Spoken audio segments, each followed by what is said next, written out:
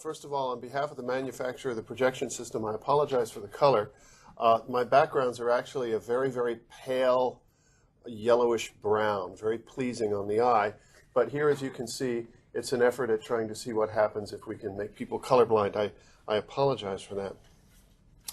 So the theme of IHMC is human-centered computing, and this is distinguished from traditional AI using the Turing definition where you want to try and emulate the human or build machines based on an assumption that in order for a machine to be intelligent, it has to be intelligent at the same sorts of things or in the same sorts of ways in which humans are intelligent. Human-centered computing takes a different approach, and that is the goal is not to emulate or reproduce or replicate humans, although that's a noble goal. I would be first in line to say it would be great if we could create robots like the android Data in Star Trek and so on. But the goal of human-centered computing is to build technologies that make humans better humans. As we say, that amplify and extend the human abilities to perceive, to understand, to collaborate, to acquire knowledge, these sorts of things. And within that general theme, my focus for many years has been to understand experts. So I already used the few minutes before my formal talk began to illustrate the Oz display concept. I thought I'd start by giving you some examples of the kinds of visualizations and interfaces that have been created at IHMC, and the Oz display concept is one of the clearest ones. We also rely on other sensory modalities. So this is the tactile situation awareness suit. It doesn't quite work here for a variety of reasons, but it's a vest, and it's got these little buzzers like the buzzers in your cell phone, one of which will probably go off today during my talk. And the pilot wears those. Now from these, what can you tell? Well, if you feel the buzzing moving up your torso, you can tell that you're getting close to the ground, right? So you could use it to maintain your flight situation awareness. If it's in a tactical situation, if you feel a buzz coming around you like this, it's telling you, hey, behind you, there's a plane coming up behind you, and so on. And this works so well that people have actually flown gliders blindfolded using this thing. It's quite striking. And we're applying it now in other areas. This is a tongue interface. Now, this is a good example of an idea that scientists might gin up that at first it definitely does not pass the chuckle test. All right? The tongue is very, very sensitive. It's one of the most highly innervated parts of the body. It exists in a conductive solution, saliva, right? And so you have an array of stimulators. This was the original one. Now they've boosted the resolution by some factor of something that's important in computer science, some prime number times 3 or who knows, whatever. And there's a little camera, and then it's translated into an array of stimulation on the tongue, right? And as you can tell, this is sort of, you're looking at a person. All right, now what can you do with this? Well, it's remarkable. I'll give you 2 examples. Hook this up to someone who's congenitally blind, and in a matter of 10, 15 minutes practice, they can play a game of catch with you, right? Hook this up to someone who's come back with traumatic damage from an explosion, an IED, and they've lost their sense of balance. This is a big problem. Can't even walk from here to there without falling over. Hook them up with this. It gives them an additional sensory input that informs them about how their bodies are moving with regard to the world around them. And after a little bit of time, I'm forgetting the exact numbers, they can learn now to reacquire the ability to walk without always holding on to something. Otherwise, they'd fall over. And the most remarkable thing that happened with the very first participant who used this was after they had reacquired the ability to walk without always touching the wall or whatever, took these off and they had retained it. They had relearned their ability. They had relearned a way of managing their balance, relying on brain plasticity. Quite remarkable. So this is being used. Electric signals. Yes, tiny electric signals. It feels like, I don't know if this makes sense, but there was a kind of candy. They were called pop rocks, little crystals of candy. You put it, and it would sort of, it feels like that. It doesn't hurt, of course. So that's the tongue interface, really quite remarkable. And there are all sorts of other possibilities. Communication among individuals in situations where you want to be silent, example. So there are all kinds of folks who are interested in that. This is a new development called the NetFlow Observatory. It's for network security. And because of this, you can't see anything. But down here is an array of points that's, imagine those satellite photos that show the world at night, right? All the little lights, and you can see where the cities are and all of that. Well, imagine that image flattened out, presented in perspective like this. And all the little lights down there are telling you, well, here's a place where somebody's putting something into the internet. Now, up here is the same thing, but mirror reflected. So you've got the world and the world. And these spark lines going between are showing you where the internet traffic is. Okay? And there are various ways of drilling down with this for purposes of network security. One of them that we're using is to show people who are using IHMC's software online, but it's used for other purposes too. You can identify a particular set of ports that you want to look at and just see what's happening with those particular ports and who's sending information to whom. And then within a port, you can use a grid to get a finer grained look at various ports to see who's sending what kind of messages to whom and so on. And this is proving quite valuable in the United States in network security. So those are just some examples of the kinds of visualizations and interfaces that have been developed at IHMC. Okay, now to the main point, the data frame model of sense making. I'll acknowledge my collaborators, Gary Klein, longtime friend and associate, and Brian Moon. Gary has a new book out. It's called Seeing What Others Can't, I believe. Some of you may be aware of his first book, Sources of Power. Rather a remarkable person. I think of him as sort of the Charles Darwin of cognition, rather than just looking at what happens in the traditional academic psychology laboratory. He's been studying experts in the real world, which is not my favorite phrase. And he's a very remarkable fellow. Brian Moon, extremely clever lad, collaborated for many years and are continuing our collaborations today. All right, so in cognitive psychology, if you pick up a book on cognitive psychology that's used in psychology courses, you find discussions of short-term memory and long-term memory and attention and multitasking and various sorts of things like that. Studies of reaction time and recognition and recall and shifts of attention on a millisecond scale and how many items can be stored in working memory over some given period of time and what are the mechanisms of item interference when people memorize lists of syllables or what have you. But in the real world, again, a phrase I don't care for, but I'll use, we find that what's important are these kinds of very high-level functions, which we call macrocognitive functions, in order to distinguish them from microcognitive functions, like, again, on a millisecond scale, retrieving items from short-term memory or shifting attention in a multitasking situation. These are things that last for significantly long periods of time. They cannot be studied in an experiment in a laboratory that's roughly the duration of a college class. You have to go out into the real world and turn the real world into some sort of laboratory. So these are the important functions that we regard as being formative of sense making. And certainly, of course, it's obvious that this plays into visualization. Here's the theory of sense making, the data frame model, if you will. And I'll be walking you through this. The first thing you'll notice about this is that it's all closed loops. It is not an input-output model. A typical model of cognition, data into information, into knowledge, causal chains, sensation, basic Descartes refried, right? Sensation, and then perception, contact with long-term memory, and then output behavior. Some kind of causal chain model, typical of information processing theory, and traceable all the way back to Descartes, if not earlier.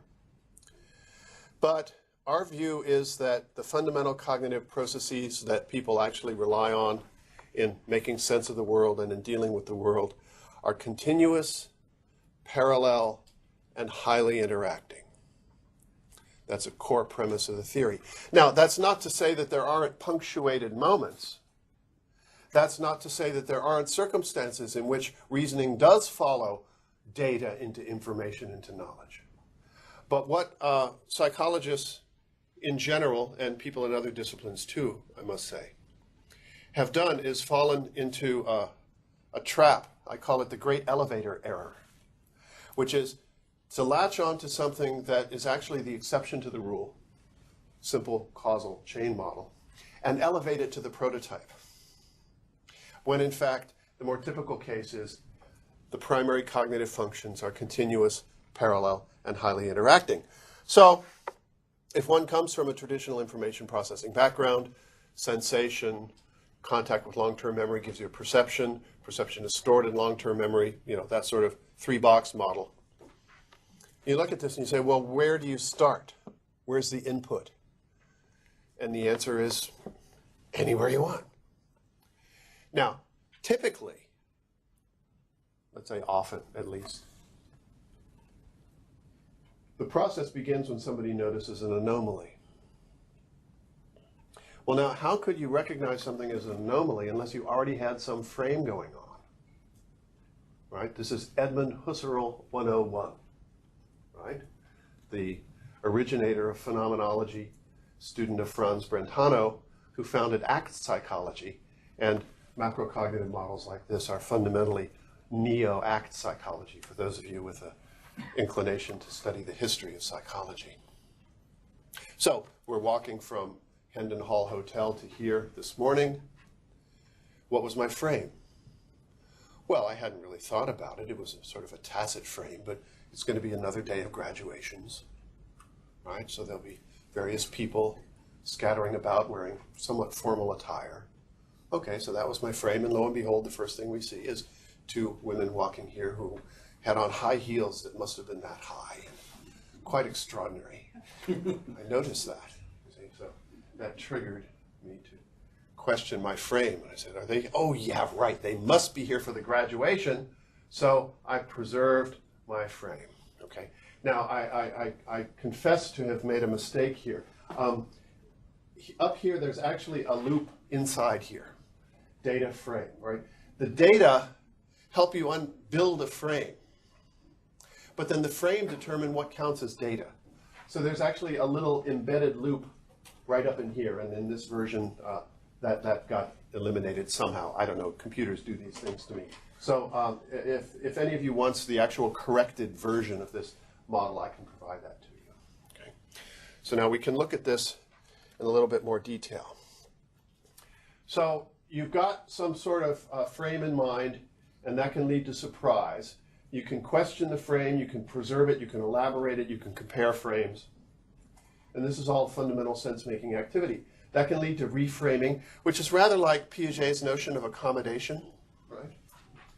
It can lead to a feeling that, yeah, my understanding of these data, of this evidence, it seems to make sense, it seems to cohere, it's all internally consistent. And that then gives you some understanding of what to do and what can be accomplished. So this feeds into action, which is another of these macrocognitive models, which we call flexecution, or flexible execution. And it's very similar to the data frame model. I'm just not going to go into it. We've got that written up, and we can provide that to you as well. Right? So that's where you can judge the plausibility, which is based on reasonableness and pragmatic considerations and all of that sort of thing. So this is our description of cognition in the real world. This model makes some fairly innovative claims. And this one I've already referred to. It's not an input-output model, so there's no one starting point. So the argument would be, empirically, we should see that just about any sense-making activity could trigger the process. A given case need not involve all of the sense-making activities. I could have a frame. I could find additional data. It confirms the frame. I'm done. I'm out. I act. Okay? And also that these processes are simultaneous. Okay. People are active interpreters and constructors of cues. Cues are not things that are just given. What counts as a cue depends upon the person, depends upon the context, depends upon the frame, depends upon what they're trying to accomplish. And I think we would all agree that people are active interpreters of information. People can act effectively even though they have not formed a comprehensive mental model. Many research programs start with the premise that, well, we need to provide people with a decision aid or visualization or whatever so that they can have complete and comprehensive and accurate mental models. But that's not the way things work in the real world. People muddle through. We all do all the time. But the stronger claim is that, in fact, people do not have to have a comprehensive mental model in order to act effectively. At the same time, experts are going to have better mental models generally than non-experts. We can use the data frame theory to reinterpret this notion of cognitive bias. And I've got a version of the data frame model where I've sort of thrown darts at it to say, oh, well, this bias is here, and this bias is there, and this bias is there. So instead of thinking of the biases as biases, inherent limitations that make us humans so incredibly fallible, right, and hopelessly limited, we can think of them in a different way. So mindset would be reliance on a frame that I've retrieved from memory. Oh, that's a typical situation. I've seen that before. Right? Now that has heuristic value. That's not a bias.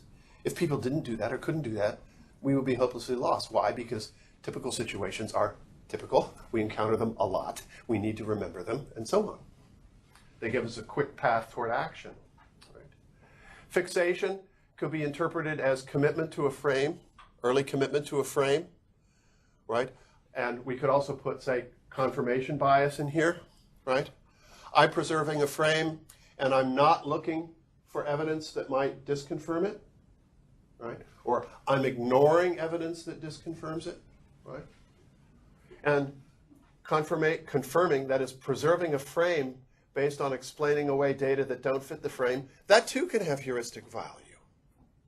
So I said, well, I believe this is a case of X. And so he says, oh yeah, but what about this? It would be irrational for me to not try and argue against that potentially disconfirming evidence. So we can use the data frame model to provide a different view and interpretation of these cognitive biases.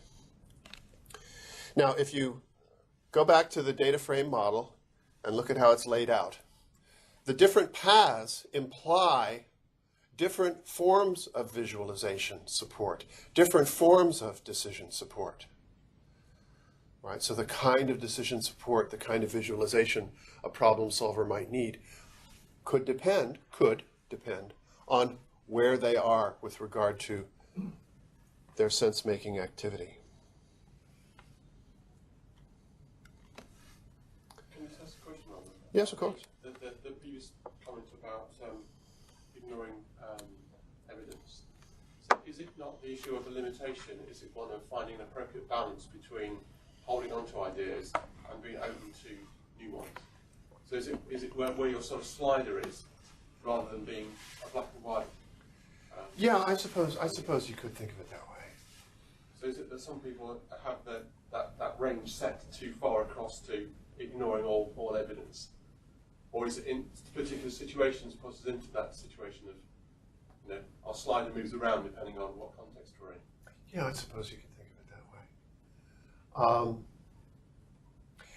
way. Part of my stance in that sort of analysis is that, well, for one thing, most, if not nearly all, of the evidence about confirmation bias and representativeness bias and belief in the law of small numbers and on and on and on and on and on is based on studies using college freshmen in the academic laboratory using artificial puzzle type problems. And when and you've probably heard this before, when I and Gary Klein and others go out there and we look at real experts, I mean genuine experts, we don't see bias. It is just, there might be a little bit of overconfidence occasionally, but who would want to deal with an expert who is not confident? I want to have a safe flight home. If I have to have surgery, I want to have some confidence in the expertise of my physician, and we just haven't seen it. So part of the motivation is to trade off that.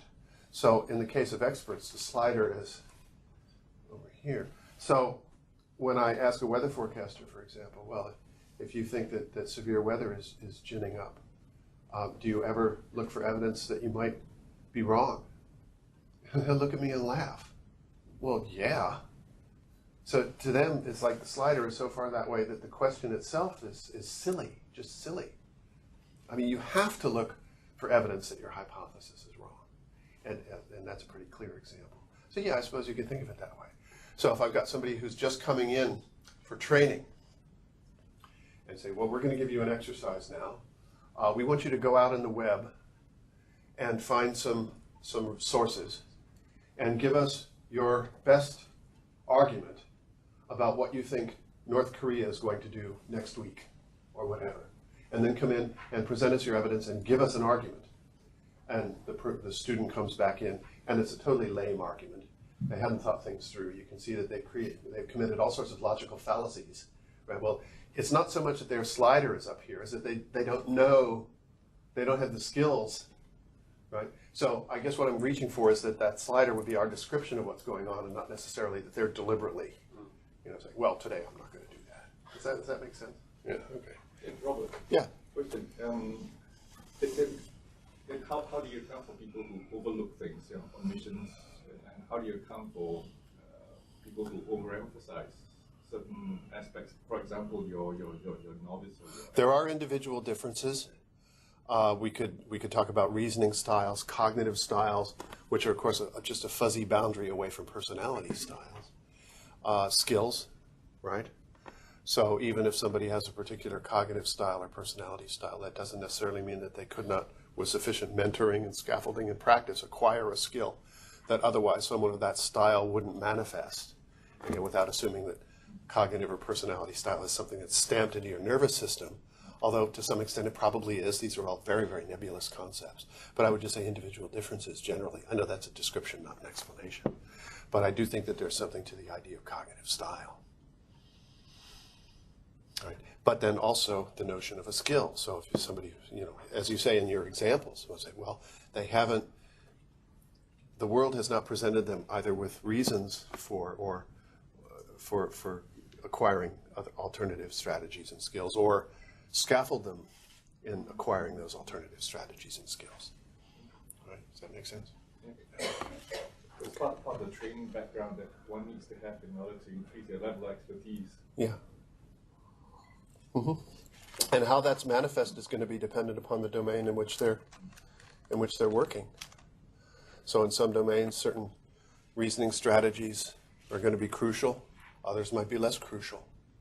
So, find somebody who's an expert in this subdomain, and then we ask them to solve problems in some other subdomain in their same broader domain.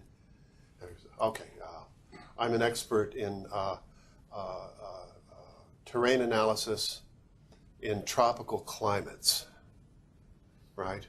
So if I want to do ecological studies, sustainability studies,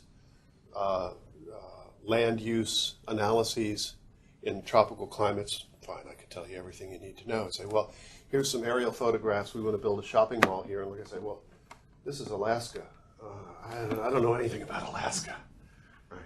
And I've seen that. Experts who are just wizards at doing environmental impact statements, terrain analysis, trafficability, all those sorts of things in one kind of climate and terrain, and world-class experts. And you ask them about some other kind of terrain, and you'd think, well, they should be able to do that sort of thing in that area, in that climate. They'll back way off from that. Not that they couldn't do it, but they would not profess to have any degree of expertise, and their confidence would tank. So even within a subdomain, you can see that. Right? Comparing subdomains within a domain. Cautions about data fusion, and I included this because you've all, I'm sure, heard this idea. We got so much data about any particular problem, and it's all of these different data types, and so we need to fuse them. And so what happens is somebody develops some fancy algorithms. They say, well, data of this type and data of that type, and we can fuse them. I have some fancy algorithms or Bayesian doodads running, under the hood, and take them, put them together, and then present that result. Well, experts generally don't care for that because they're not seeing the data. They're seeing someone's interpretation of the data. Or worse, they're seeing the interpretation of the data by some hidden algorithm which they don't understand and was never sufficiently explained to them, and even if it were, it wouldn't necessarily help them. So that experts don't like to have that sort of surrogate understanding. Now, that's not to say that one should not try to do data fusion. There's some very good, very effective, and very useful ways of doing data fusion. But the expert always needs to be able to drill down, always wants to be able to drill down to the uninterpreted original data. There are a number of, yes? I was a bit concerned about one of the things you said early on. Good. About expertise and confidence. Mm-hmm. I think your assumption is that the experts have high level of expertise, but there may be times where people believe that they have high levels of expertise when they actually have low levels of expertise. Yeah. And when they have high confidence in those kinds of situations, that's when problems happen. Because they believe they are right when they're actually maybe not. Well, there's a difference between believing you're right and believing that you're an expert. Or believing because you believe that you're an expert and believe therefore you are. Therefore you're right. Yes, sure. Well, you know, experts, like other humans, are humans, and they can be fallible in all sorts of ways. But isn't that those are the times where various tools to help you overcome the biases that are likely to be prone to important? I mean, like the CIA came up with things like the linchpin analysis as a method to overcome some of these problems of overlooking data and connectivity, for example. I mean, those are sort of basic tools to make sure that these less experienced people who believe that they may be good, as a procedure for thinking through some of those not so much thought about issues. Well, depending upon one's cognitive style, any kind of structure is bound to be potentially helpful. Yeah. Well, there are a whole bunch of complications here. The primary experiments demonstrating overconfidence, again, are the kinds of experiments that I've already described in a rather superficial way, but generally true. The overconfidence effect is when you present someone a case, they make some sort of prediction, they express their confidence, and then later on they find out that the outcome was very, very different, and you say to them, well, what do you think about that? You say, oh, well, I really knew that all along, you know. The only place I've ever seen that phrase, well, I knew that all along, is in the cognitive psychology textbooks that talk about this particular bias, but be that as it may. As far as I know, I think it's fairly safe to say that most of those demonstrations involve tasks in which the primary goal is to anticipate individual or aggregate human activity, which are cases of indeterminate causation. So in the case of the terrain analyst, where my job is to go in and determine trafficability, land use, somebody wants to do some construction here, where's the best place to put the drainage, how should your electric lines run in, all of that, and they have to prepare their complete terrain analysis. And I say to them, well, how confident are you once you've done this? And they look at me like I'm a nut. Their analysis has to be 100% correct. And they just completely take that for granted. And confidence is not an issue, right? And we know that there are domains in which performance continues to improve even after they've achieved the level of 100% correct on their primary task goals. So confidence as a concept itself is sort of a blanket word for a lot of complex things that can be going on. And now I'm not sure if I've lost track of what you're getting at with your original question. I think the issue was... In fact, I am sure I've lost track of what you're getting at. I think the issue was that we don't want to lose sight of the fact that biases do exist. And it could be for a variety of reasons. As you're just explaining, I mean, confidence is a very complex relationship. I'm not denying that there aren't some interesting phenomena. But I question the assumption that they are cognitive biases. Okay? All right, here's my thinking about this. What what is required in order to say that this phenomenon is an instance of a cognitive bias? Well, first of all, we need to rule out the sort of stereotyping definition, prejudice definition of bias. We're not talking about bias in a prejudicial sense. We're also not talking about bias in a statistical sense, like randomness. Something is non-random. Nothing in the world is random, not even our random numbers, because they're generated systematically. So randomness is a pretty fishy concept.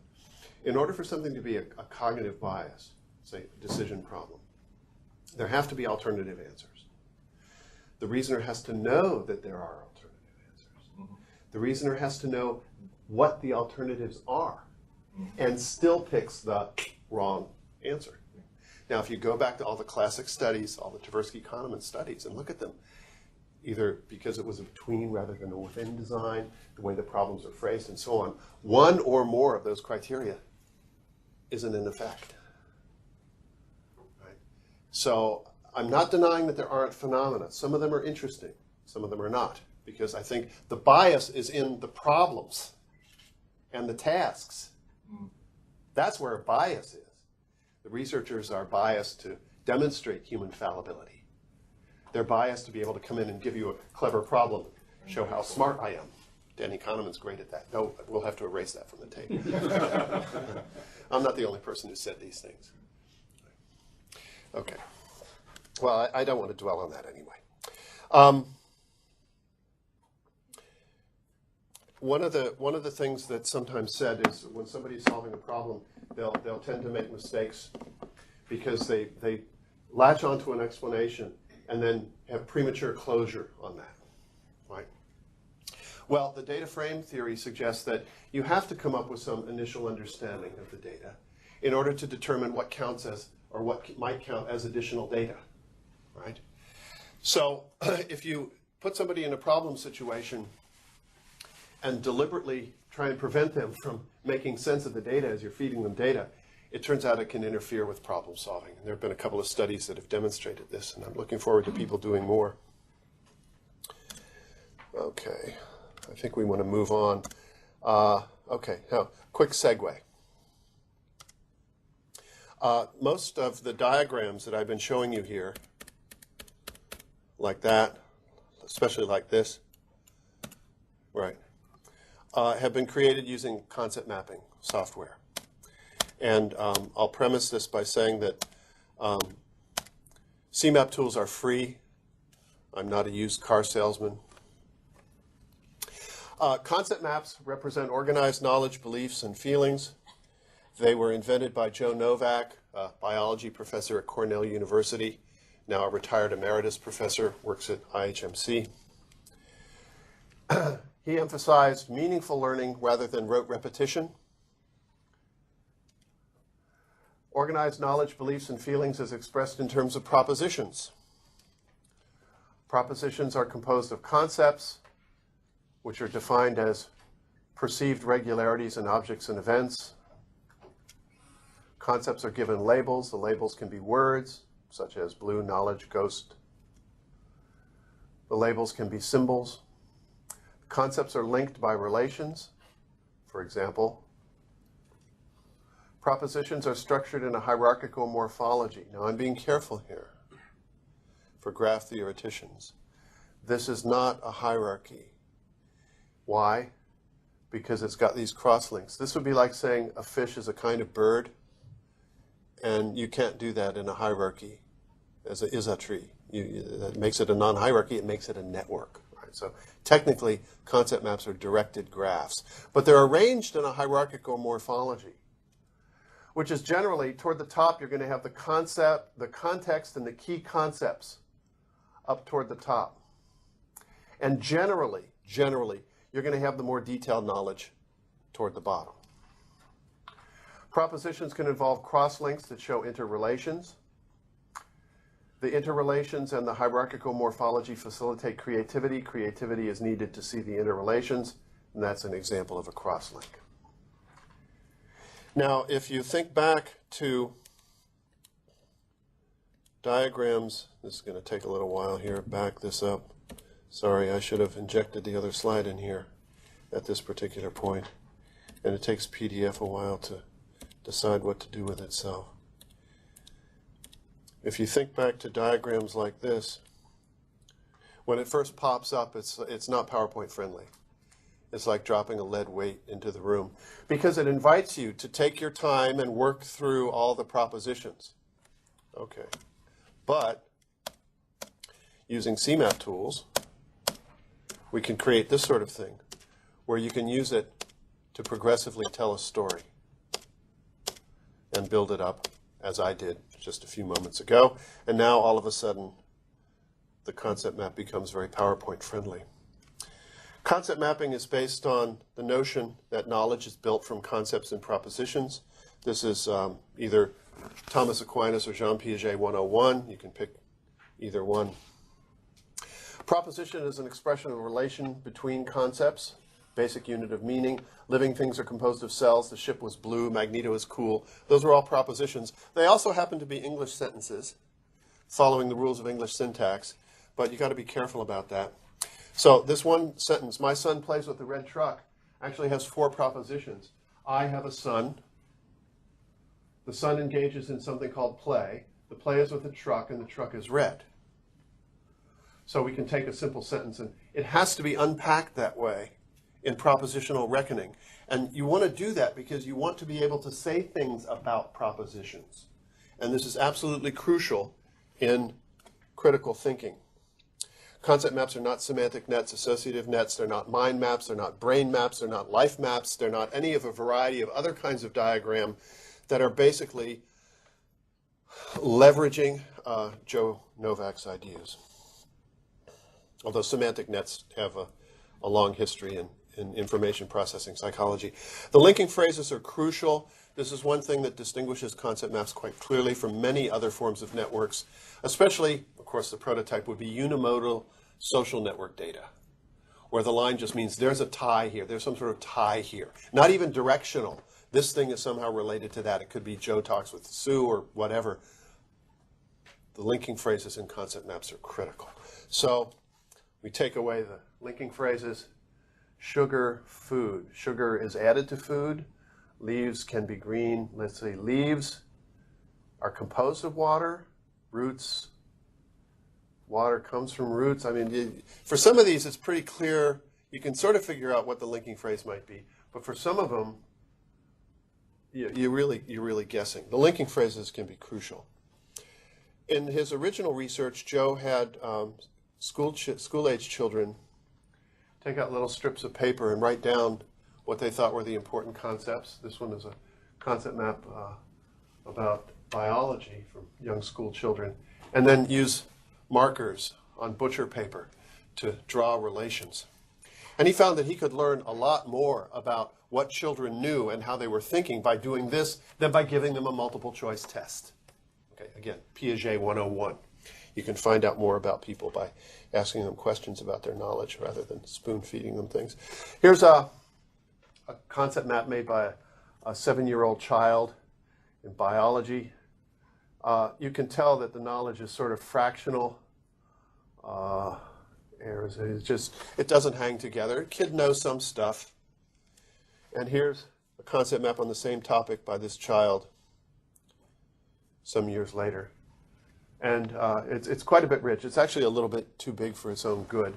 But it's got all kinds of stuff in here, and you can tell, obviously, this child has learned a lot. Give you some examples of concept map projects. This is a project that was built by school children using CMAP tools in an environmental biology class. Notice the nodes have these appended little icons here that are hyperlinks, and this is one of the copyrighted features of CMAP tools in particular. And you can link out to other resources. In this case, it links out to images, but you can link out to text pieces, you can link out to URLs, you can do all kinds of things. NASA has used concept mapping extensively. You can see lots of concept maps at various NASA websites. One of them was a project to integrate everything that was known about Mars, everything from the latest images from Mars rovers to science fiction. Hundreds of concept maps were developed at NASA just about Mars. This is technically not a concept map, but it relies on some of the features of concept mapping. In this case, to reconceive Army operations orders. And in an Army operations order, in the U.S. Army obviously, the operations order, which is a text document and it's got standard paragraphs. In this case, they're represented by taking some of the burden of text processing and moving it over to the visual domain using the graphic capability. So you've got to talk about the purpose, the key task, the suggested method, the end state, and the follow-on. But in the text form, these are separate paragraphs, right?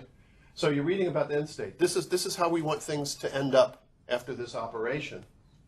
And what the commander really wants to say is, well, we want to end up here because we eventually want to do that. But that is going to be laid out in a paragraph that's on the next page. Again, because of the constraints of traditional text. Well, in this form, you can show those kind of cross relations and cross dependencies. So why is that not a concept map? It's not a concept map because it's not a Novakian concept map because I've got stacks. Okay, so key task, it would be key task include, neutralize, include, and then that makes a fan. And whenever you've got a fan with more than about 3 things, you got to ask yourself whether or not there's some intermediate concept that's missing. And our experience is very, very often that if you find out what that concept is and pull it out, then you can use that to say other things. It's really critical in using a concept map to enrich your own critical thinking about some topic. So do these fall into categories? Well, you've got defeat. We got 3 defeats. So the idea of defeating an adversary is a concept that's sort of hidden in here. I could pull that out, right? Is it that the propositional relationship isn't explicit? It hasn't been made explicit. Now, I could take this and turn it into a strictly Novakian or Hoffman style concept map. It's just for purposes of expediting. It just didn't seem necessary in this case. And I did think about that. So we've got neutralize and secure. So those are sort of the same. And we've got defeat, defeat, defeat. And those are sort of the same. So I could pull that out into 2 little clusters and turn it into it. And maybe somewhere over here, see, I've got defeat and defeat. So there's a crosslink here. So the purpose of this defeat is related to that defeat. So there will be all kinds of crosslinks and so on. It just, after I thought about that and imagined how that would be, I said, don't need them. Unless those are strategies. Unless they're different strategies, yeah. This was, I believe, the first time a concept map was used as a website for a conference. And people came to the website to register for the conference and find out about it. And some people called me up and said, where's the rest of the website? There isn't any, right? And you can get to whatever you want in 1 click. Think about that last time that ever happened to you on anybody's website. So obviously the hyperlinks, you can get your forms here in Word or PDF, however you want it. You know, it's all right there. Another child project, this was some kids in a biology class. Now the interesting thing about this one was that using the servers, I remember that NetFlow observatory I showed you. You see who in the world is patching into the CMAP servers. You can connect with people who are concept mapping the same topic, and you can start a discussion thread. And you say, oh, hey, can I use these propositions from your concept map? Or you could collaboratively make a concept map. And that's what was done here. This was one of the first applications of this. This was for a project in nuclear cardiology. Here's the expert. And this was an early version of CMAP tools. Concept maps look a lot better than that now. You see you've got your imagery loaded in, some text pieces and so on. And if I wanted to see an image, I could click there and see an example of blue fingers. Experts here were relying on metaphors. See the blue fingers here. This was one of the first people to learn how to use this sort of imaging. This is well over 2 decades now. And of course, things have proceeded beyond it. They rely on various metaphors that they would see that would be informative to them of what the heart functions were. And then here you see the video, a little TV screen. You say, click here and you can get a little 1-minute video of the expert explaining this to you. And people love that. It feels like they're making contact with the expert whose knowledge is represented here. We call it shoulder standing. And people remember that. You come back later and you say, tell me about blue fingers. And what the trainee will do is, and you can tell they're reimagining the video. They're remembering that. Some projects I've done for nuclear and other forms of power generation and power coordination, bulk power operations. Again, based on interviews with experts, make these concept maps. Each of these little icons here takes you out to another concept map. All right?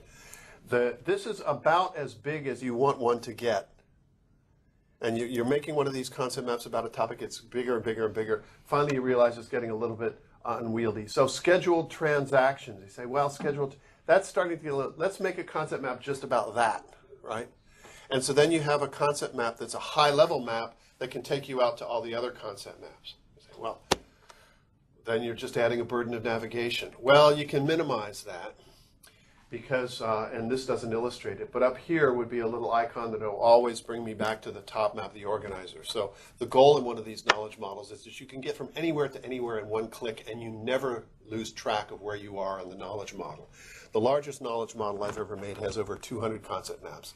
It has layers of organizing maps. And it's got a little navigator map in the corner of every concept map. So you can always tell where you are, and you can get from anywhere to anywhere in minimally 2 clicks, and you never lose track of where you are. Yes, sir? Yeah, Robert, it seems, I guess what I'm curious of, if you look at things like cognitive work analysis that use abstraction decomposition spaces, it seems to be similar in some ways, but it probably gets around the fact that with abstraction decomposition spaces, they tend to focus in on structural domains, where there's a built element, or there's something you can control, and this is broader because it brings you into, I suppose, intentionality, intentional systems rather than purely structural systems. Yeah. Would that be fair to say? Or? I've created abstraction decomposition hierarchies using CMAP tools. Yeah. I've done interviews in which I've used an abstraction decomposition hierarchy to plot out, to basically do a protocol analysis. You can do similar kinds of things with concept mapping that you can do in an abstraction decomposition hierarchy for purposes of work analysis. But a primary strength of concept mapping is to describe the expert's knowledge. The abstraction decomposition hierarchy is better, or was originally intended to be a process tracing mechanism. Okay? I can create a process trace. This isn't a process diagram. I can use concept mapping to create process diagrams. The data frame model would be an example of that, right? So I can embed a process inside a concept map, and that could tie into the kind of thing that you would see in an abstraction decomposition hierarchy. Yeah, I would have felt that the kind of decision ladders were closer to the kind of processing mapping, and that the abstraction decomposition space was more of an attempt to try and externalize something that would be closer to an accurate mental model. But my follow-on question to this would be, an abstraction decomposition representation can do that, but that's not their original purpose, their intended primary original purpose.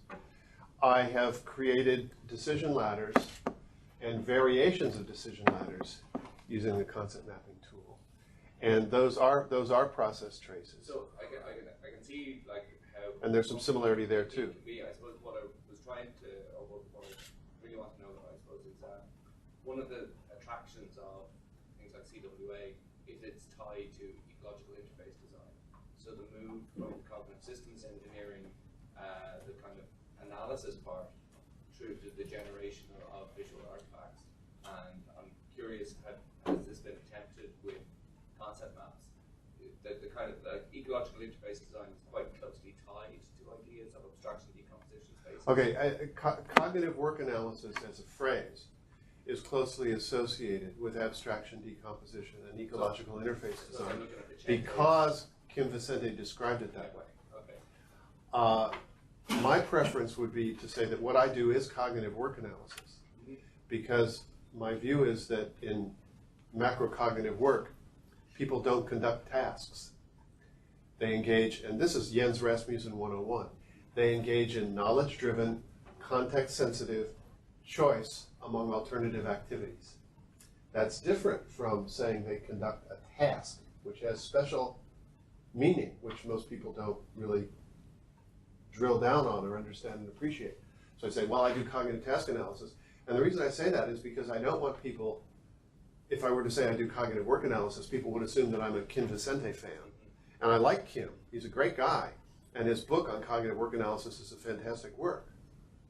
Is there any necessary, strong, I'll use this word, principled tie between Kim's description of the program of cognitive work analysis and so-called ecological interface design? No.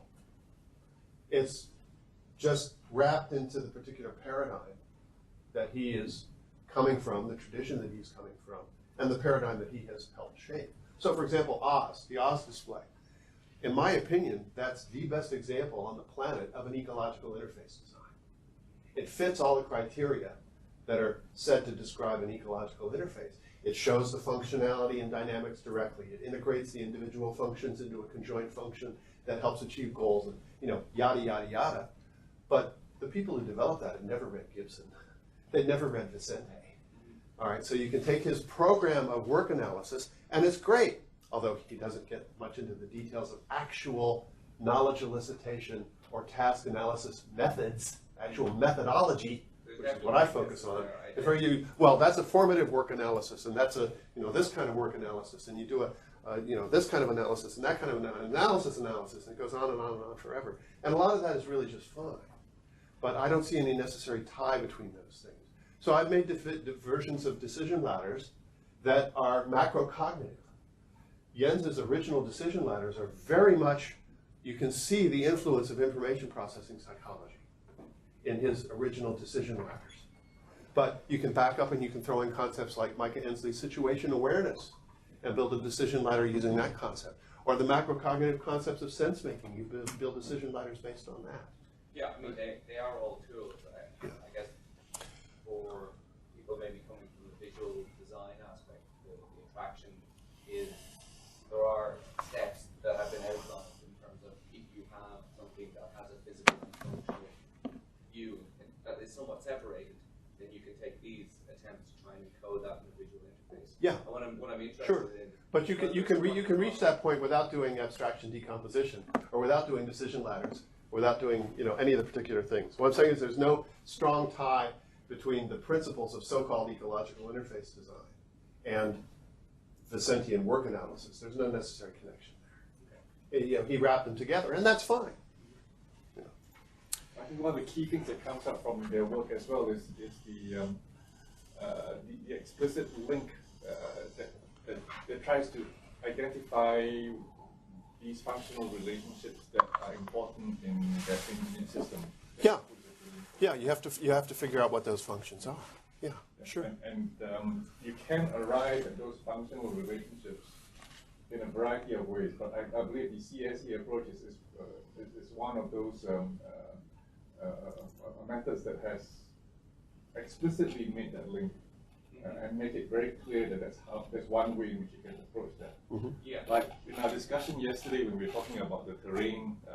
I was just going to say the trafficability discussion, right? Is So exactly the example. if I've got an ambulance and I need to go somewhere, you say, well, it's a flood situation. If the road is flooded, I may not be able to go there. No, the road could be flooded. You're in an ambulance. If the water is only a foot deep, it's trafficable. So trafficability is not a property of the world. It's an interaction between your goals, what's out there, your vehicle, your function, all of that. So it's that higher level function that distinguishes can I drive there versus trafficability. And it's recognizing of that. But we didn't do an abstraction decomposition. You get there, right? But we've been there before. We know to look for those things. Right? Yeah. This was a fun project. This was for Thailand, and I'll wrap up now because I want to give the podium to Simon. Thailand, the Queen and her advisors had realized that part of the long-term economic viability of the country was to rely on its traditional crafts, fishing methods, methods of architecture, methods of creating Thai silk, and so on. So they sent some people out to the craft villages and there's regions in Thailand where each village has a craft specialty.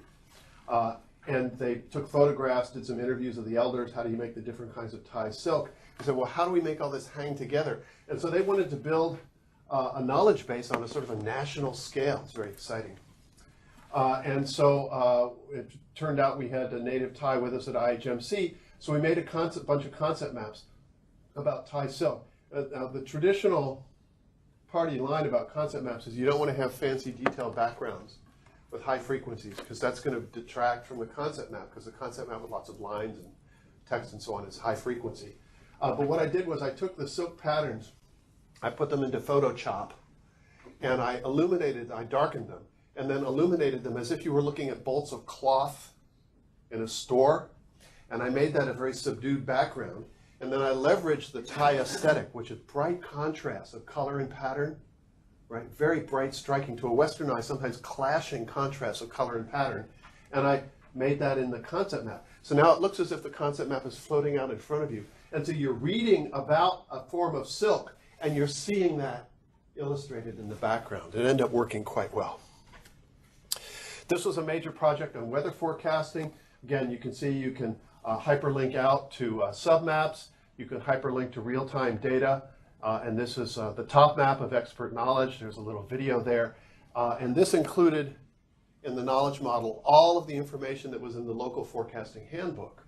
And so people could learn to qualify as a forecaster at this particular Navy facility by using the CD of the knowledge model. And people of the younger generation reported very much that they liked it, they remembered it, they passed their test successfully, and so on. And you can learn about forecasting in the Gulf Coast in this model, and then actually go out and do the forecasting, because it hyperlinks you out to the real-time data. This is a project for the Army about trafficability, and in this case, the analysis of dunes. So one scenario is you're somewhere and you're told, go over here and do certain things. You say, well, what's it going to look like when I'm there on the ground, or whatever. Or I could be out somewhere and say, well, I look at this, I'm seeing dunes that have sharp ridges and sharp points.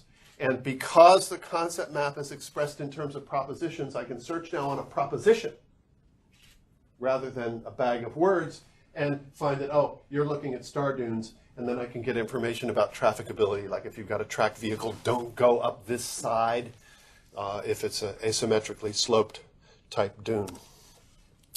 Concept mapping is being used all over the world, much more so than in the United States, where we like to teach to the tests, and the tests are all multiple choice, unfortunately. And it's being used in a great variety of ways to do a great variety of things, including in the kinds of domains and applications that Simon is about to discuss.